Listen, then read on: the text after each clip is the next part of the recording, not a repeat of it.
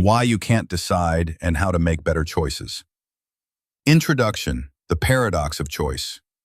You make 35,000 decisions a day. Some are tiny, what socks to wear. Others change your life, who to marry, what to believe, what to do with your one wild and precious life. So, why is it so hard? Neuroscience, psychology, philosophy, welcome to the labyrinth of choice. You are not your options. You are what you choose. You create yourself through your decision. In this video, we'll uncover the secret science behind decision-making, why too much freedom makes you miserable, how ancient philosophers predicted modern cognitive science, and most importantly, how to finally make choices with clarity. Part 1. The neuroscience of choice. Every choice you make, from picking breakfast to choosing a partner, activates a series of neurological processes. Most of it happens without you even realizing. At the center of this is the prefrontal cortex, the decision-making hub. It handles planning, prioritizing, and evaluating risk, but it doesn't work alone. Prefrontal cortex for logic, amygdala for emotions, basal ganglia for habits, and ventral striatum for rewards. When you decide, your brain runs a cost-benefit simulation. If dopamine spikes, the brain thinks, good decision. If it drops, you feel doubt or even fear. Too many options overload the prefrontal cortex. That's called decision fatigue, and it's real. As the day goes on, your brain tires. You default to easier, often worse decisions. The more decisions you make, the worse they get. Part 2. Psychology, the cost of freedom. We live in an age of infinite choices, and that's supposed to make us happy, right? But psychologists say otherwise. Iyengar and Lepper did a study in 2000, the jam experiment. 24 flavors of jam versus 6. More people stopped for the 24, but 10x more people bought from the 6. Why? Too many options overwhelm our cognitive system. Choice has made us not freer but more paralyzed, not happier but more dissatisfied. Indeed, choosing is also renouncing. The concept of maximizers versus satisficers. Maximizers are people who strive to make the best possible choice.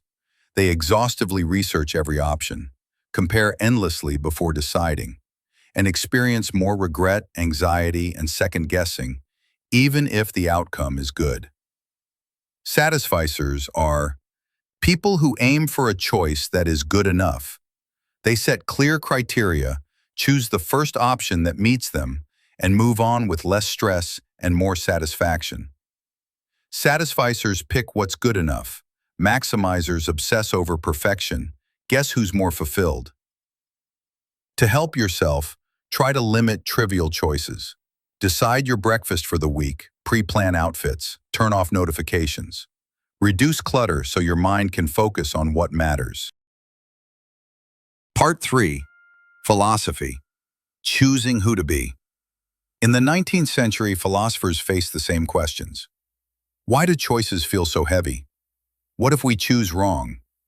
Sartre said, we are condemned to be free. Freedom sounds amazing, but Sartre argued it's a burden.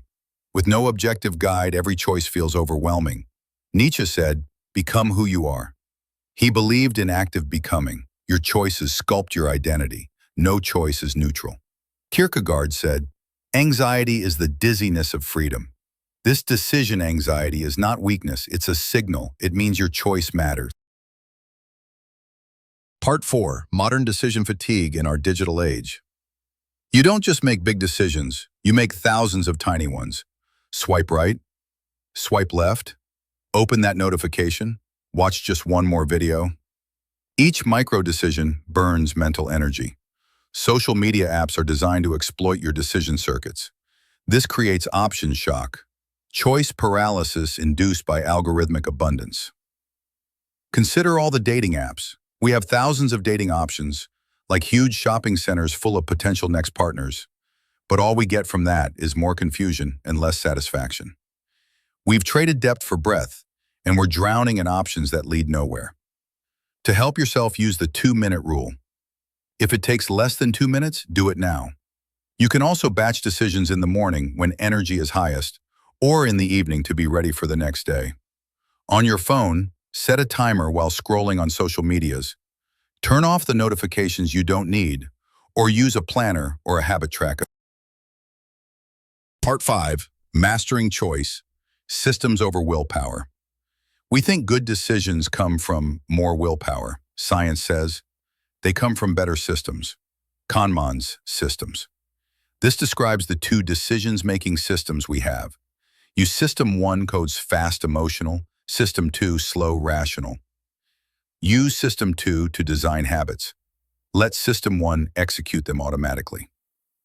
James Clear said, "You do not rise to the level of your goals. You fall to the level of your systems."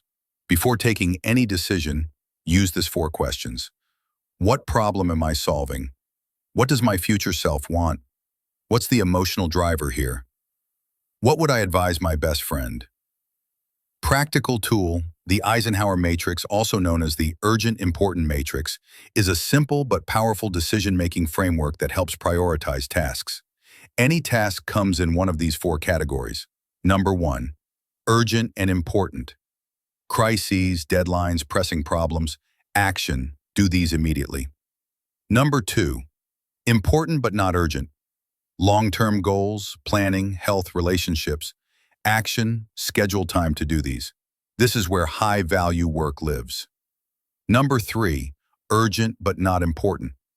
Interruptions, most emails, some meetings. Action, delegate or automate. Number 4, neither urgent nor important.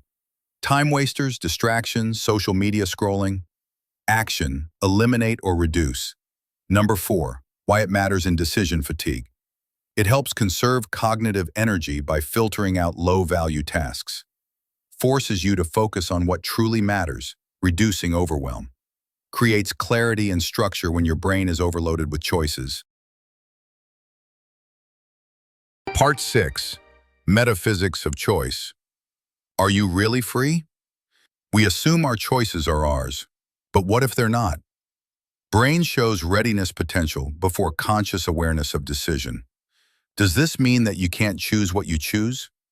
Neuroscience suggests free will might be an illusion, but philosophers argue we still must act as if we are free. Indeed, free will exists within constraints of biology and environment. This means that even if we don't choose our impulses, we can choose our response to them. Instead of impulsively reacting, take a deep breath, then act. Freedom isn't choosing without cause, it's acting in alignment with who you want to become. Conclusion, the art of deciding.